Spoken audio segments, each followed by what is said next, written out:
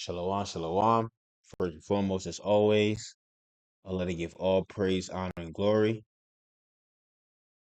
unto Yahweh Bashim Yahushai, and peace and blessings to all the brothers and sisters that's out there that's watching, listening, and learning. All right, so this is going to be an indoor camp like lesson, or whatever. It was coming down extremely hard over here in the Houston area, right? So of course with weather conditions like that, wouldn't be feasible for me to go out. Like I said, the weather was crazy. So just go ahead and do this indoor lesson. And I had a couple of stuff, a mixture of things that I wanted to go into. A lot of videos I done saved from off of TikTok that's very edifying, interesting, very interesting that goes into prophecy, right? Goes into what the Heavenly Father is about to bring here to the earth. And this is the time to be occupied in prophecy, like it says in the book of Sirach, right? Let's go ahead and grab that real quick. This is Sirach, the 39th chapter, and verse 1. It says, "He that giveth his mind to the law of the Most High, and is occupied in the meditation thereof, will seek out the wisdom of all the ancient and be occupied in prophecies." See that? So that's what we should be occupied in, prophecies, which there's a lot of prophecies within the scriptures that foretells the times that we're in. And if you're occupied in prophecy, you're in the spirit of our big brother, Yahweh Shai. Let's go ahead and get that. Book of Revelation, chapter 19. Revelation chapter 19, because you're not supposed to be in the spirit of trying to build trying to build up the black community, right? Like I seen on Facebook earlier today, actually something happened. I think like some nigga got killed or something like that, and you had IUIC out there marching. Of course IUIC, you're always at the forefront when it comes on to the black community. When an unjust thing happens to our people, you see IUIC out there marching, and that's because their whole mo, their goal is to build up the black community. So they don't even include Hispanics, right? It's all about black, black, black, black. All right, what about the Hispanics? What about the natives? You see, it's all about biggity black, because really that's that's who's easy to get, right? The Jakes, like the black Americans over here in America, like they're so easy to target, right? Build up the black community, and we know IUIC, their whole game, their whole mo is to get more money. So of course they showed up on the scene.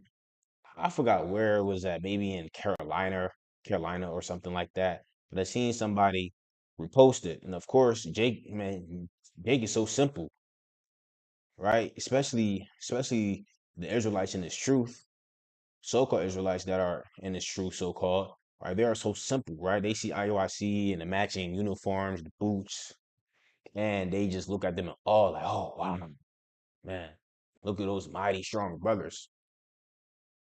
Man, we're not here to build up the black community. We're not here to build up the Hispanic community. We're here for the elect. And that's what it says here in the book of Second Ezra. And that's just the reality of the situation now. A lot of Israelites don't like to hear that, right? A lot of Israelites, they want to hear you say, yeah, man, we're here for our people and X, Y, and Z, which I guess to a certain degree we are. But in reality, we're here for our people because, that's the tribes. But you got to understand that there's a grape of the cluster who the Heavenly Father is looking for. Not even looking for. There's a grape of the cluster that the Heavenly Father done already preordained to make it. That's who he's looking for. The Heavenly Father is not looking for all these trillions, gazillions of Israelites. only the elect. This is Second Ezra's. This is Second Ezra chapter 8. Watch this. This is Second Ezra chapter 8 and verse 51. It says, understand thou for thyself. See, so the Heavenly Father, through the angel, told Ezra or Ezra to understand this for himself. What? These prophecies, the truth, right? And seek out the glory for such as be like thee. See, and seek out the glory, seek out the kingdom for such as be like unto you. That's like you, that's like minded. And the vast majority of our people, especially these damn niggas, the blacks, they don't have, they're not like minded like us. Period, point blank. Like what's on their minds is not what we think of. Like we think of things, we think of things above. They're thinking of carnal things, right? Let's go ahead and get that in the GNT or another translation. Let's see what it says. Yeah, GNT. Let's see what it says. Second Ezra 8 and verse 51 in the GNT. It says, but Ezra, you should be thinking about the glory that is that is waiting for you and those like you. Dang, that's crazy. Right? This is what the angel said. He said, Ezra, you should be thinking about the glory that is because when you read all throughout Ezra, like Ezra was pleading the cause for Israel, right? And that's through the spirit why I think Ezra, Samuel, and Moses are the same people because Ezra or Samuel and Moses, they will always petition on our behalf to the Heavenly Father so that the Heavenly Father wouldn't do away with us.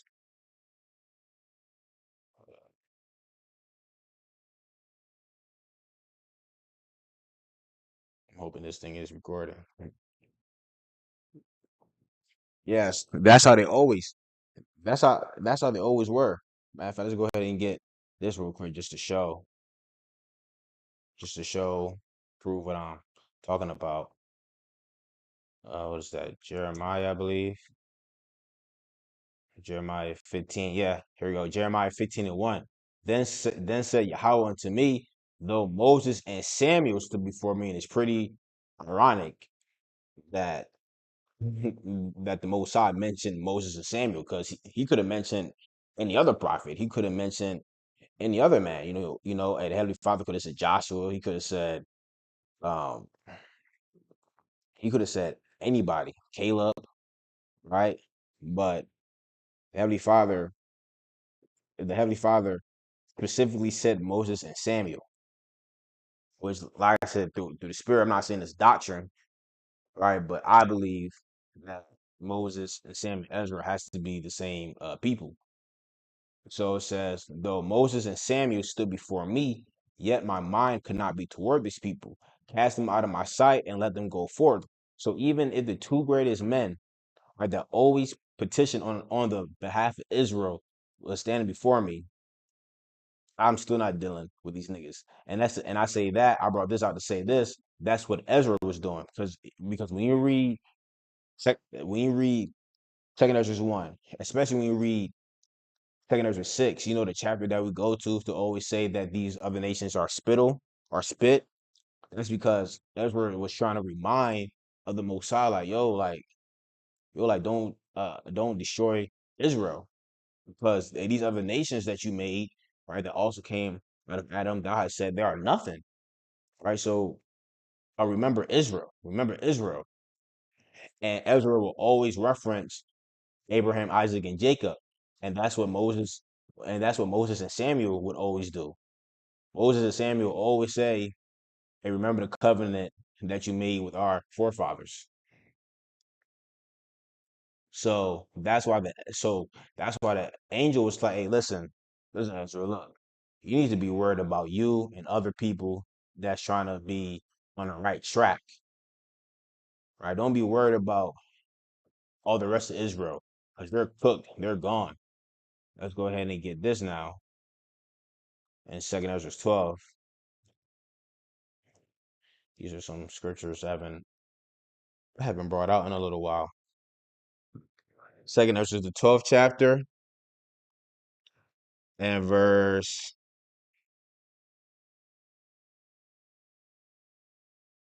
Second Ezra chapter 12 and verse 36. It says, "Thou only hast been meet to know the secret of the highest.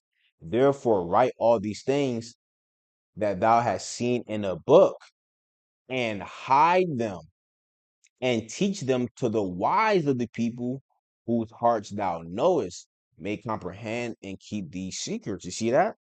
The Heavenly Father again telling Ezra, he said, "Look, if these things was for everybody, if this was meant for everyone to get, why is the Heavenly Father telling Ezra everything that you have seen, write it down and hide it, and only teach it to the wise?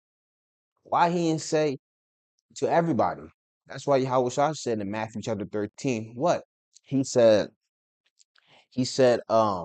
thou only are meet to know the secrets of the kingdom of heaven. To you it is given, and to them it is not given.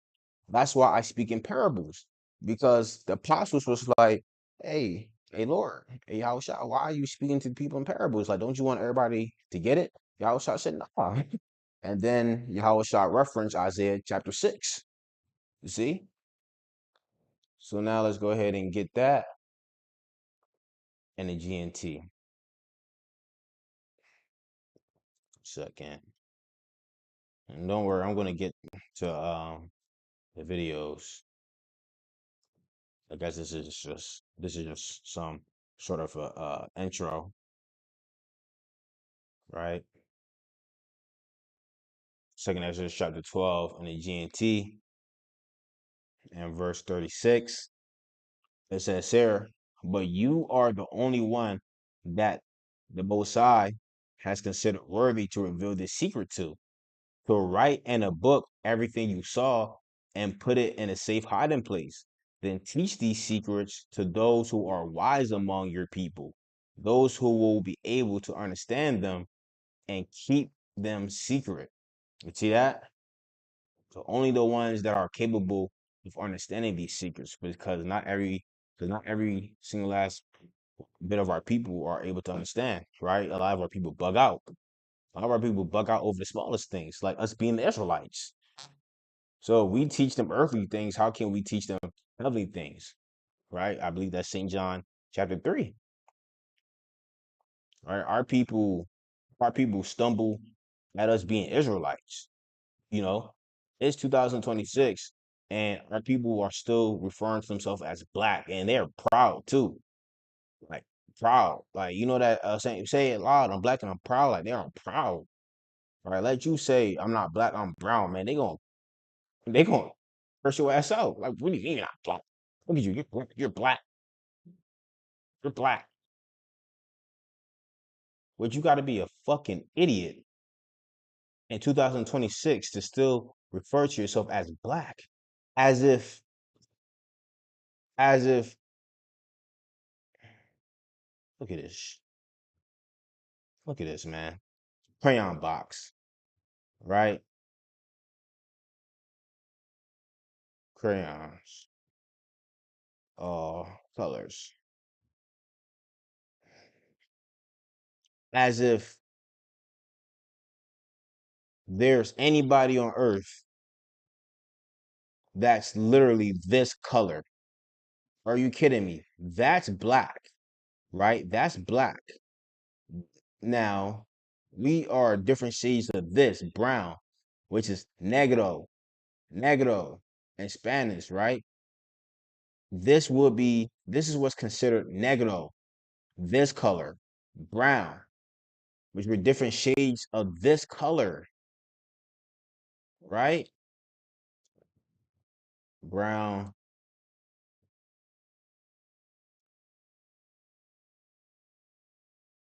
Let's go ahead and look at it, right? Negro. This is what we are. Oh, this is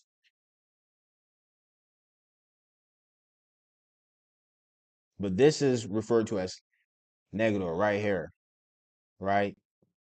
We're not no goddamn black, black like the black crayon. People are stupid. But yeah, so this is only for the elect. Only the elect is gonna raise up and actually adhere to what the Heavenly Father is saying, right? But let's go into this. This is the first video I wanted to go into. All right, this is from TikTok. Let's go ahead and dive in, dive into it.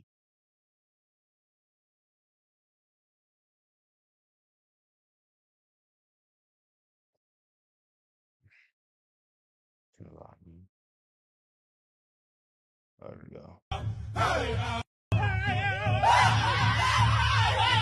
Right, so this says people were seen dancing on the U.S. flag 150th anniversary of the Battle of Little Bighorn. Now, I'm not too sure what that is. What is that? Battle of what is that? Little Bighorn. Let's see what that is. Let's see what the Battle of Little Bighorn is. It says the 1876. So this took place in the 1800s, the late 1800s, or middle to late Battle of the Little Bighorn, commonly referred to as Custer's Last Stand, and known to the Lakota and other Plains Indians as the Battle of Greasy Grass, was an armed engagement between combined forces of the Lakota Sioux, Northern Cheyenne, and our our Arapaho tribes, and the Seventh Cavalry Regiment of the United States Army. So essentially, Esau versus Gad, right? Because I believe Sioux is Gad. I believe the Sioux tribe is Gad. I don't think they're Reuben. Mm, yeah, I believe Sioux is Gad, right? So, matter of fact, battle summary, right? So, this is the Battle of the Little Bighorn, right? Took place, dang, for only 2 days. This is known to the Lakota as the Battle of the Greasy Grass, was a decisive indigenous victory over the U.S. Army. Right, so essentially, Gad beat the brakes off of Esau. It says a location along the ridge of the Little Bighorn River in the Crow Indian Reservation, southeastern Montana Territory. U.S. forces were led by Lieutenant George Custer. The tribal coalition was led by war leaders such as Sitting Bull and Crazy Horse. Casualties: all 210 men in Custer's immediate battle line were killed. Approximately 50 to 100 warriors died. Right? So the aftermath.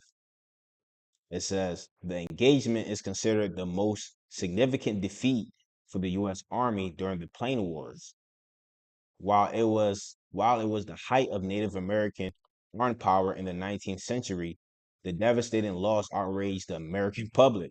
The government dispatched overwhelming military reinforcements to the region, forcing the tribes to scatter, surrender, or flee to Canada over the following years. You see that? So Gad was beating the brakes off of Esau, and then the government had to come in and help with overwhelming military reinforcements, right? For just little old Gad, right?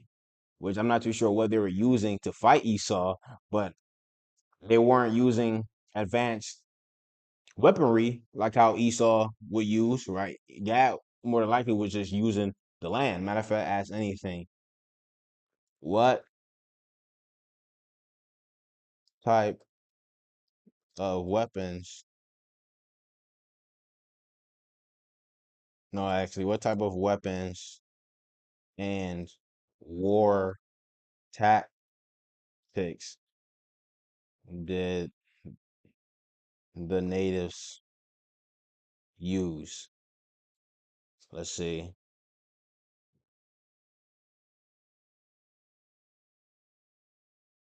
Okay, so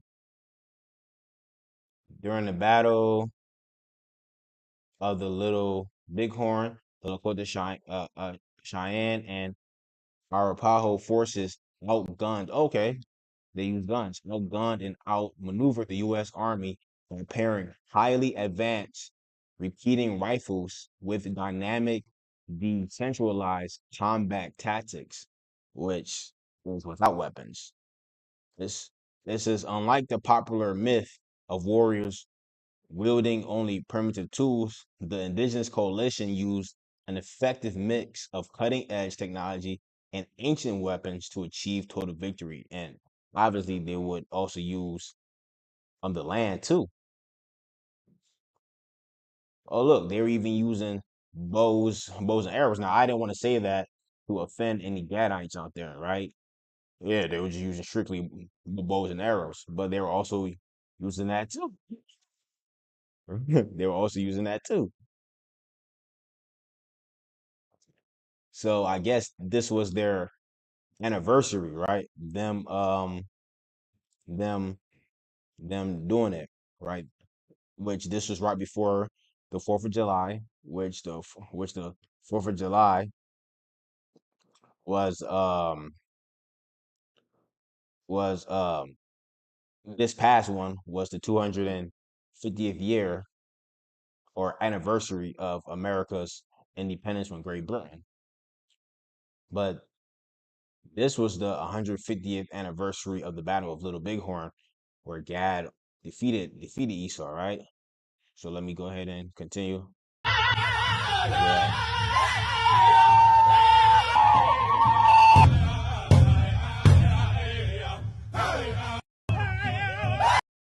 Let me see the comments here. Justice for Native Americans.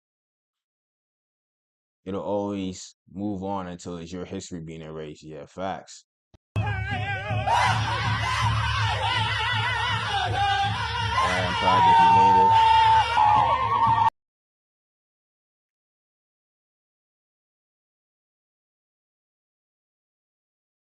Proud to be Tienes Native. que hablar americano. I was trying to see other comments, but I have to log in. Right. Well, that's cool. Which that goes into prophecy, right? That goes into prophecy, right? People saying justice for the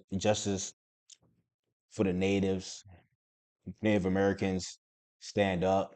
That's all according to prophecy. And the natives will, right? 12,000. 12,000 from Gad, 12,000 from Reuben, 12,000 from Issachar, because the natives just isn't, Gad and Reuben, right? Native Americans are anybody that's indigenous to America, right? But obviously we're speaking about the North American Indians, right? Which would be Gad and Reuben, right? But this is what it says here about Gad. This is the book of Genesis, chapter 49 and verse 19. It says, Gad, a troop shall overcome him. A troop shall overcome him. And who is that? Talking about Esau Edom, right? That's speaking about the American cavalry, right? Because they did overcome Gad, right? Although Gad put up a fight, Gad did put up a fight, but Gad ultimately laid down to Esau.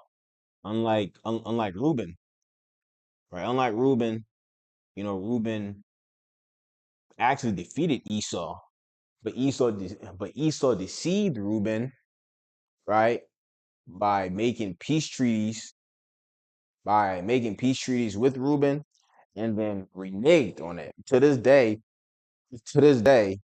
which I believe Reuben declined the peace treaties. To this day, Reuben is still at war with Esau. To this day.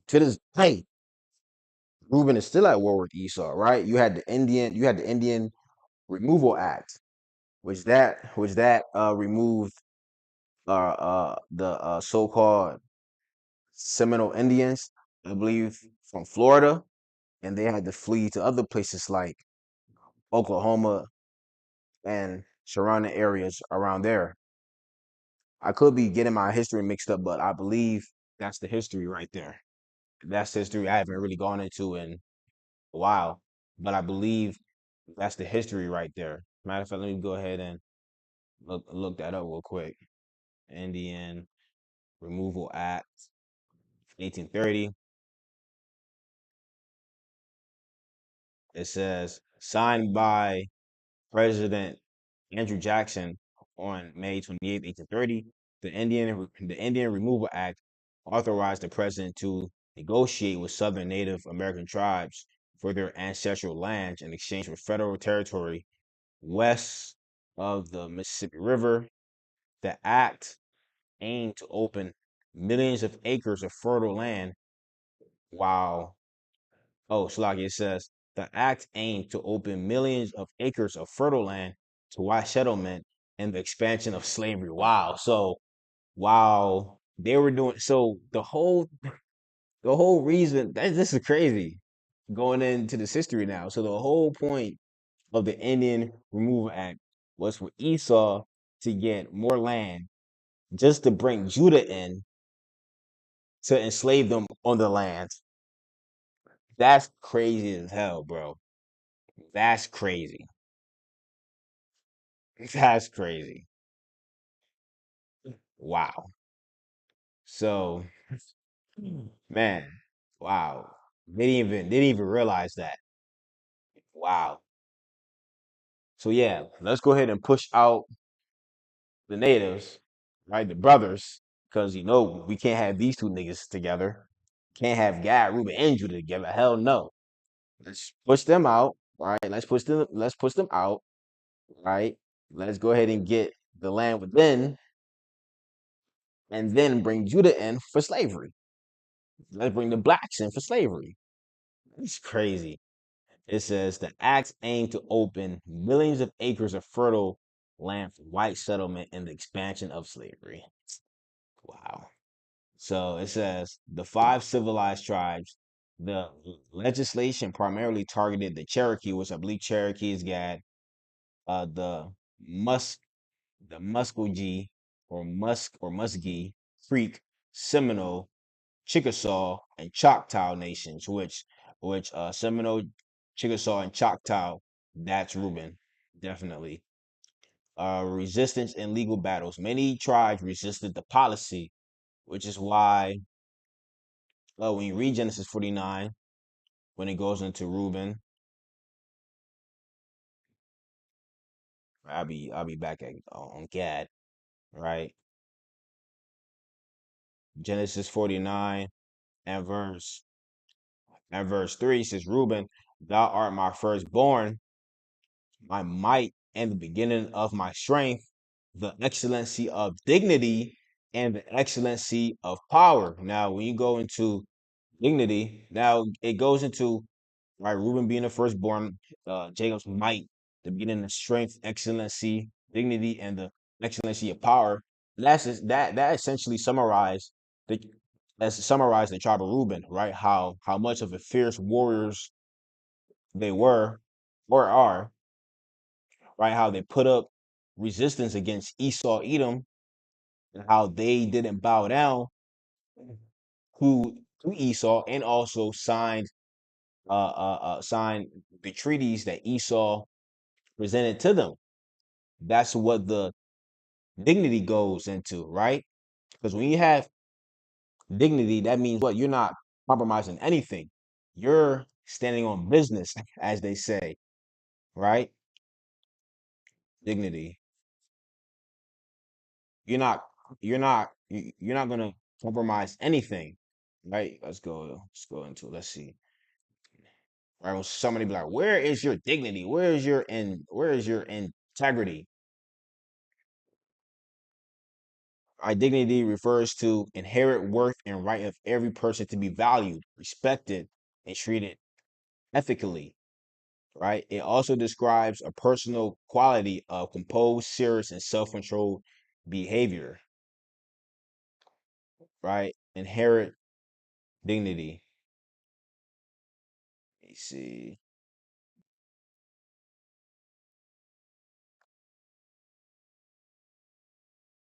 Hmm.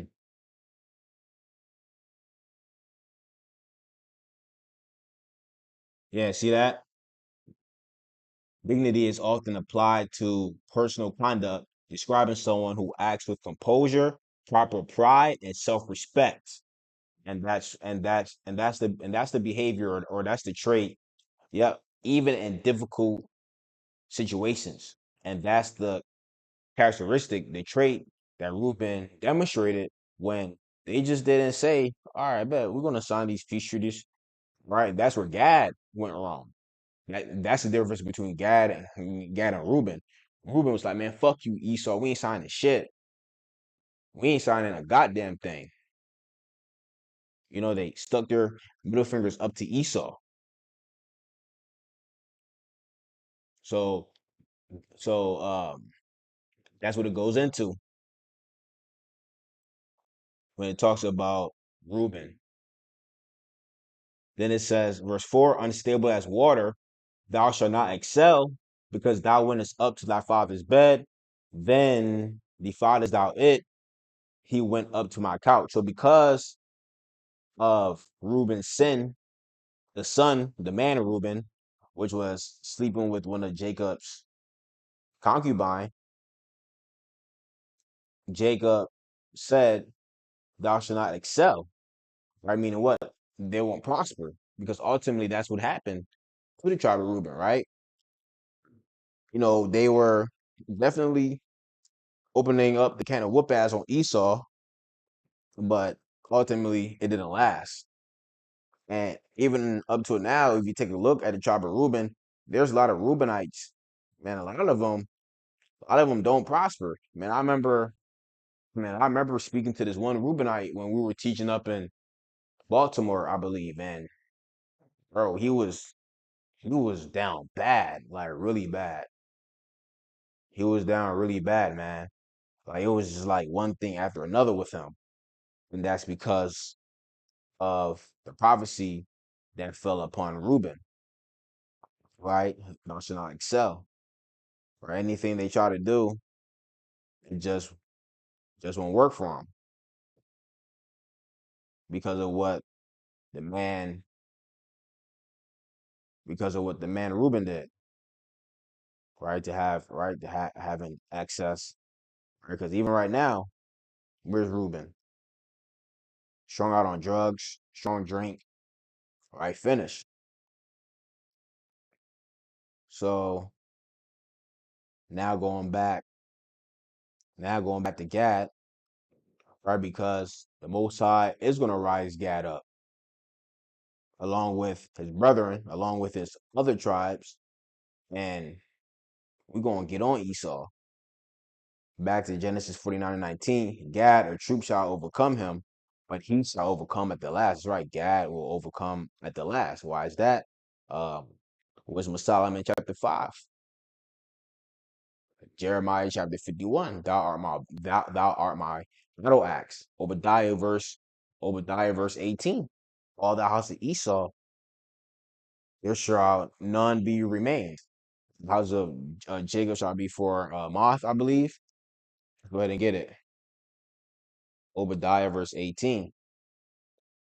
And the house of Jacob shall be a fire, and the house of Joseph a flame. And the house of Joseph represents who? The northern kingdom, which Gad is a part of that, right? The house of Esau for stubble, they shall kindle in them and devour them. And there shall not be any remaining of the house of Esau, for the Lord has spoken it.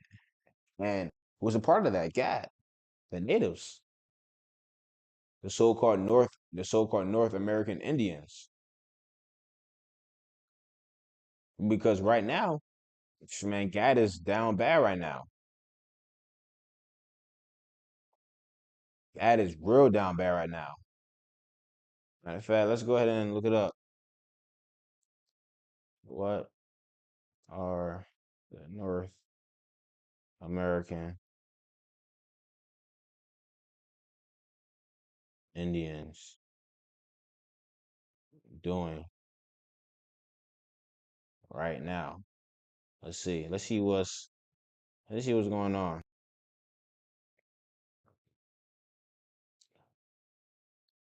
All right, contemporary North American indigenous communities are deeply engaged in political advocacy, economic development, and cultural re revitalization. In the Houston area and across the U.S., tribes are actively pursuing sovereignty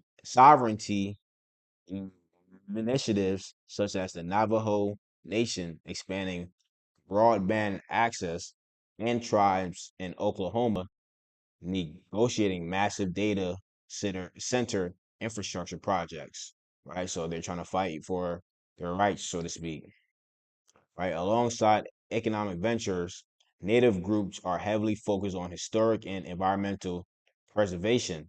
Ongoing efforts include commemorating major historical milestones like the 150th anniversary of the Battle of Bighorn, fighting against syste- systemic violence via missing and murdered indigenous women movements, and advocating for the legal rights of natural entities like the Mississippi River. So they were there fighting for themselves, and it's done quietly too, man. You don't really hear about it too much, right? You gotta look it up,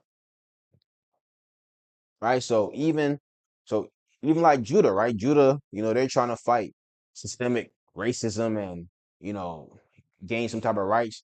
Man, God is doing the same exact thing, which shows you what? That tells you that we're all in the same boat. That we're in the same boat.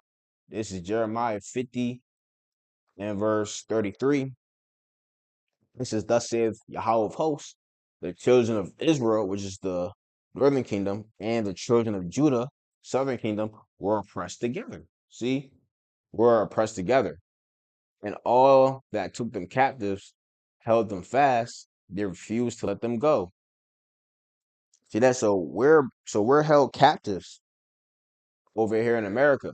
And this shows that this is talking about America. This is talking about America right here.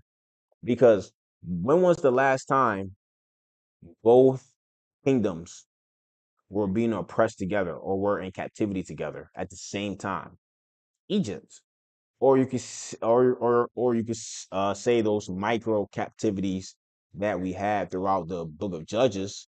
But other than that, the last major captivity that Judah and Israel, both kingdoms, were in slavery together was back in Egypt. So this has to be talking about something else at a different place at another time. And it's talking about right now, right here in America. Both kingdoms are destitute of resources to a certain degree, right? Because we know, Judah, Judah does have resources, but still, still Judah is deprived, right? Impoverished. Gad, same thing. They're fighting to keep their culture alive. I seen I forgot where I seen where I forgot where I seen it at. I think I seen it on TikTok as well. Um People were basically saying that they want to try pre uh, pre-colonial indigenous foods. They don't want to eat the foods that the natives was forced to eat out of out of desperation due to the lack of resources that was left to them through Esau. So, like a lot of popular foods that Gad is known to known to make is what like fried bread, but they were only eating that due to the lack of resources, the lack of food that Esau left. Because remember, Esau was killing everything so that the natives of that land would starve. So a lot of that history or a lot of information has been erased, but you do have a lot of like for example, you have this one Gadite guy. I guess he owns his own shop. He owns his own shop and where he cooks and he sells pre colonial um foods that his people was eating before Esau came over here. So they're trying to keep that history alive, and that's how we are the Israelites. We are the Israelites. There's something totally different about the so-called blacks, Hispanics, Native and Seminole Indians. Because why is it that, we have to fight so hard to keep our history going, and our history doesn't even stop, start or stop there. It doesn't even stop there. It doesn't even start there. We go way back, and it starts here, man, in the scriptures, because this is our history. All right. So now I want to move on. Oh boy, I'm already 41 minutes in. That's crazy. I have other videos. I want to go into this now.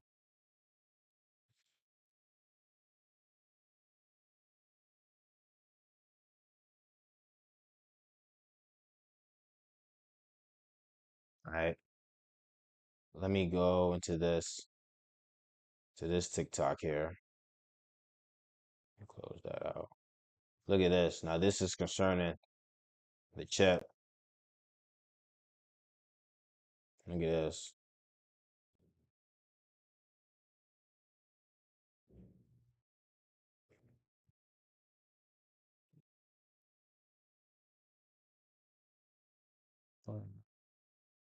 Oh, oh, it's just showing an image.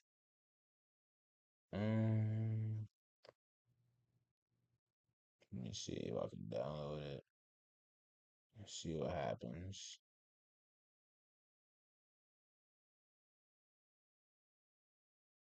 I'm not too sure why. Oh, open message maybe.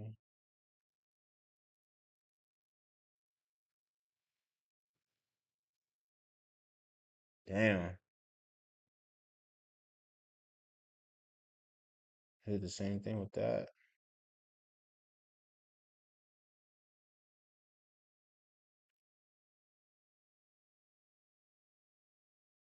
All right, let me see if I can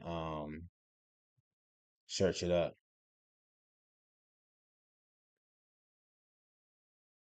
Man, installs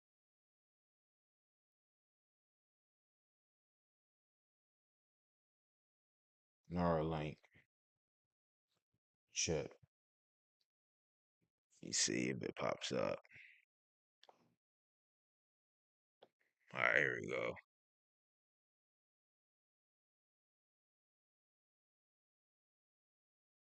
Have any I don't have any. Can you feel it? I can't. Do you have any side effects? No, I don't have any side effects. Do you have any I don't have any. Can you feel it? I can't feel it. Is Yeah. it? I was able to do it, and then I did it. And how long did that take you? That took me about a week. And then you went home and Yo, he looks gone. He looks gone, bro. Like there's no bro, there's no spirit in him.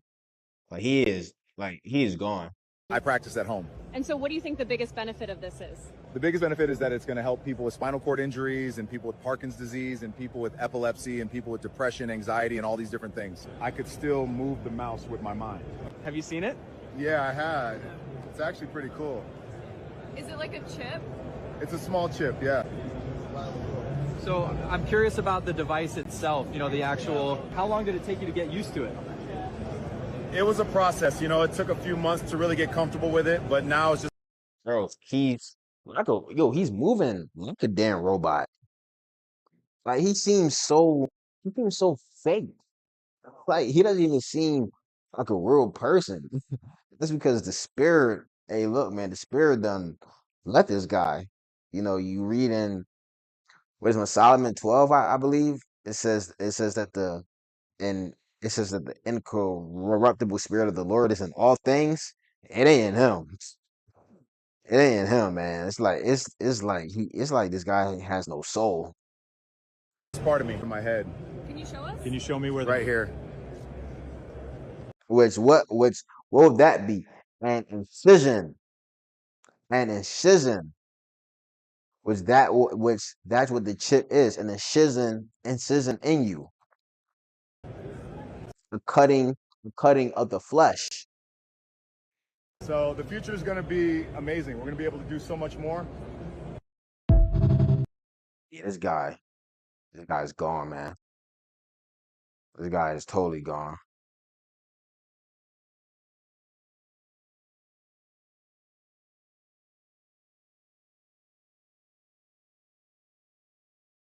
Let's look at the comments.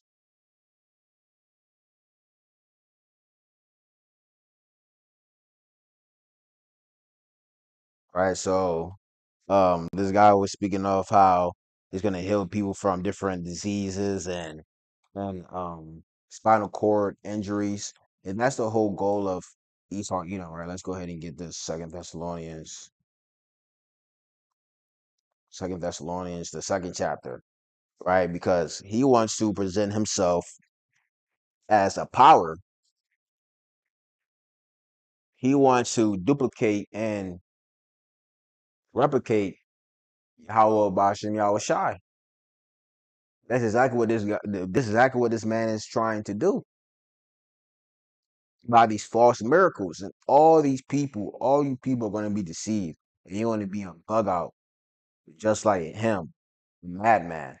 This is Second Thessalonians chapter 2 and verse 3 says, "Let no man deceive you by any means, for that day shall not come except there come a falling away first, and that man of sin be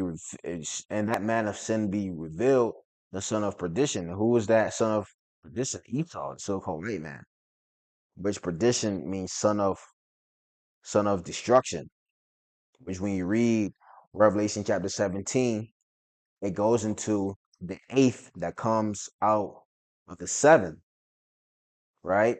I believe Revelation that goes into perdition, which is speaking of who? Babylon. Revelation chapter 17.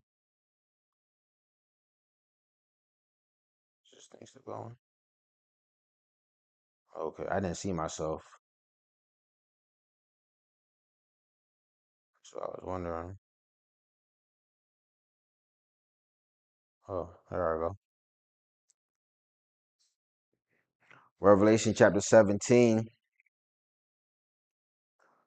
and verse 10, it says, "And there are seven kings, five are fallen, and one is, and the other is not yet come.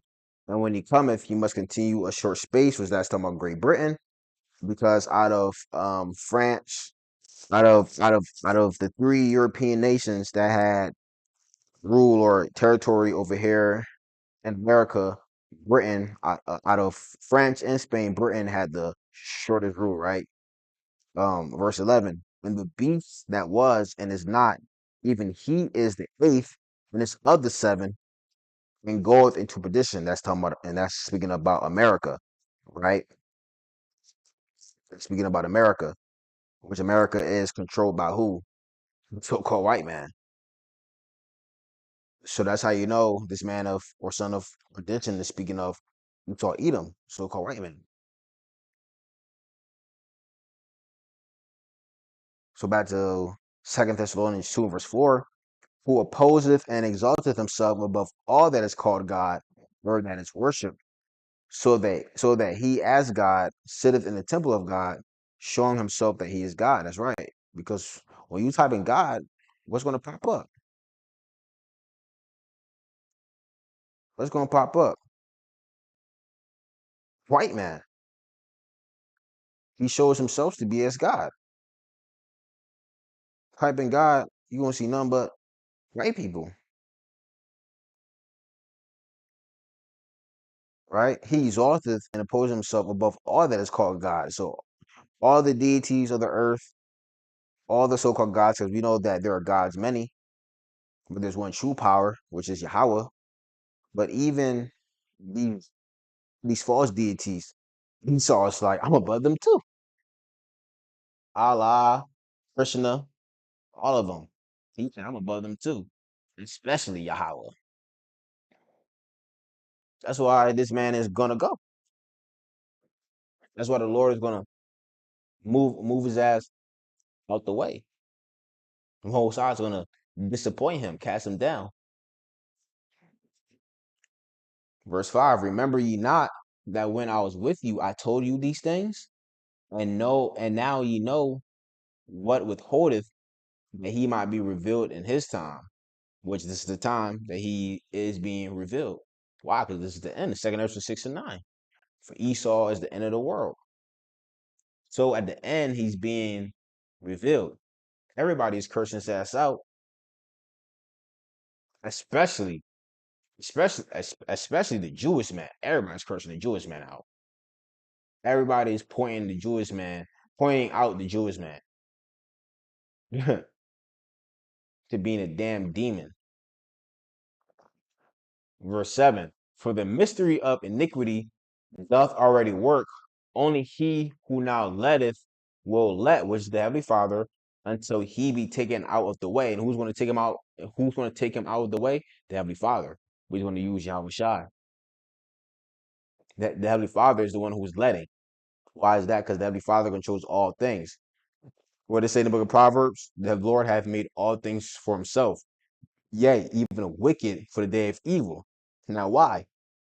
Why is the Heavenly Father doing this? This is all for the plot. This is for the plot of the Heavenly Father, the plot of Yahweh Bashem Yahweh Shai. You know, people with a mortal mind, you won't be able to understand it.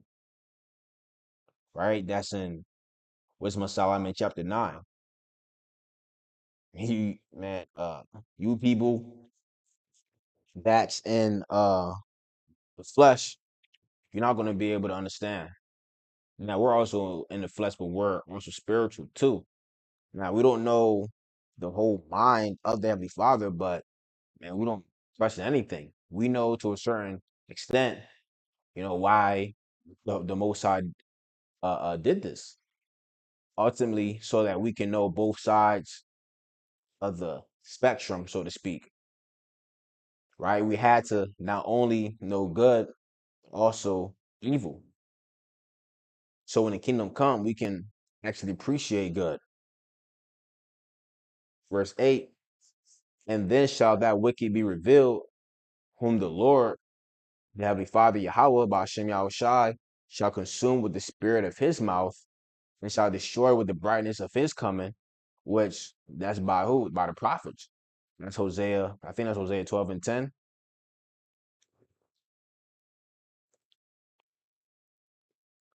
Yep, Hosea chapter 12, verse 10. I have also spoken about the prophets, see? So the prophets are the mouthpiece of the Heavenly Father. And I have multiplied visions and used similitudes by the ministry of the prophets. So that's who the Heavenly Father used as his mouthpiece.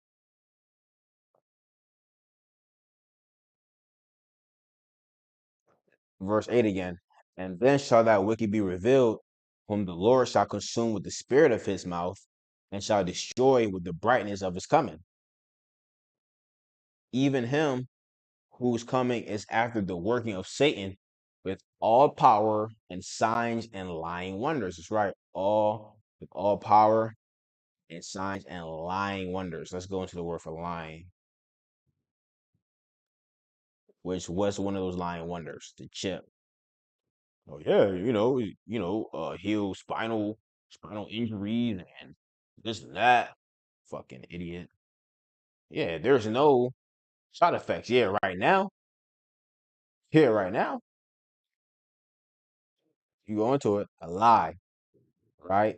Deceitful precepts of perverse and pious.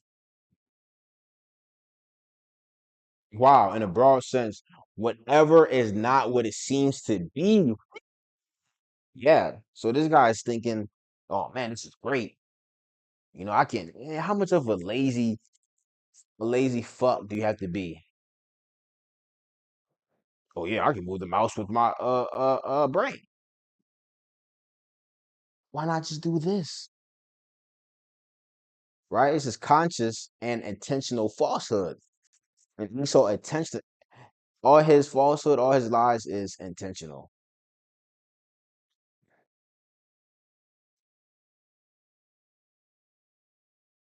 Right? Verse 10. And with all deceivableness of unrighteousness in them that perish, because they receive not the love of the truth, that they might be saved. That's right. And all you people are going to be deceived. All you people that are gullible enough to receive this chip, you're going to perish. You're going to die. And that is the mark of the beast. Let's go ahead and, oh man, this guy, man, he's a fool. He is a fool. I wanted to watch that again. Oops.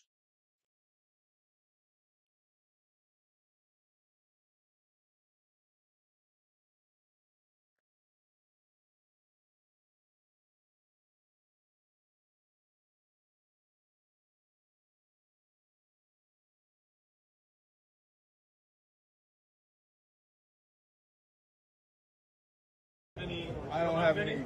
Can you feel it? I can't feel it.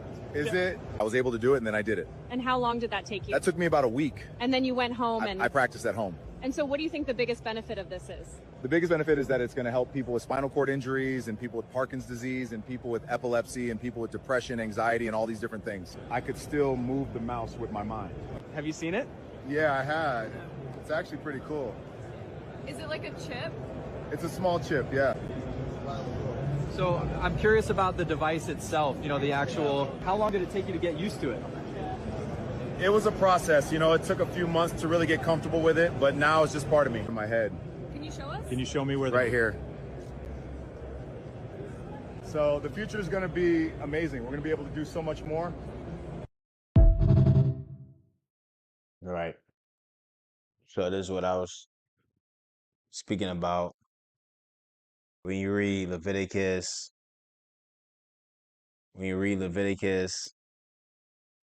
chapter 19 and verse 27, right? It says, verse 28, you shall not make any cuttings in your flesh for the dead, nor print any marks upon you. I am Yahweh. Right? And we go into the word for cuttings, right? Incision, right? Cutting. When you look it up, an incision is a precise cut made into the body's tissues, most commonly performed by a surgeon using a scalpel to facilitate an operation or procedure. In broader context, the term can refer to any smooth, intentional cut or a sharp, open wound caused by a sharpened object, and that's how he got that chip in his head by that, right?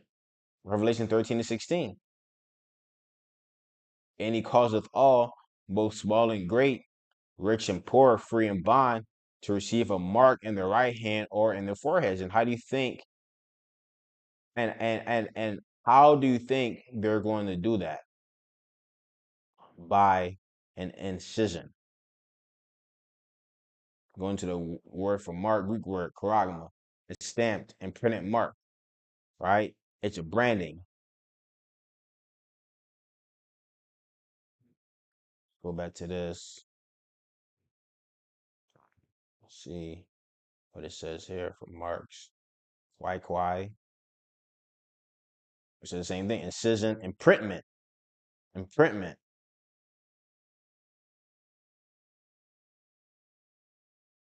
See? A stamp, an imprinted mark. You see that?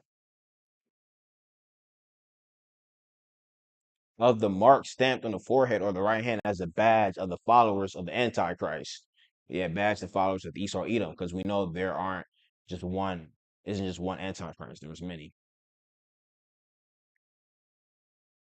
So this is real. This is real, and it is here, right? Verse 17.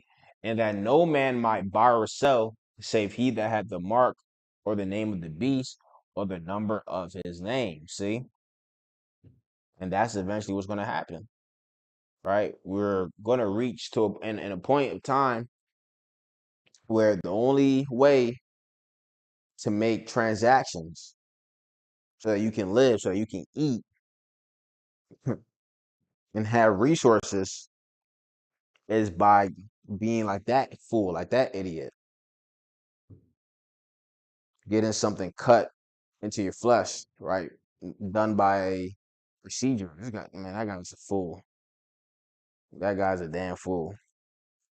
And all you idiot dummies that call yourself Israelites that don't believe in the mark of the beast is the chip, I don't know what to tell you, man. I honestly do not know what to tell you because this is here. All right, so man, we gotta gird up and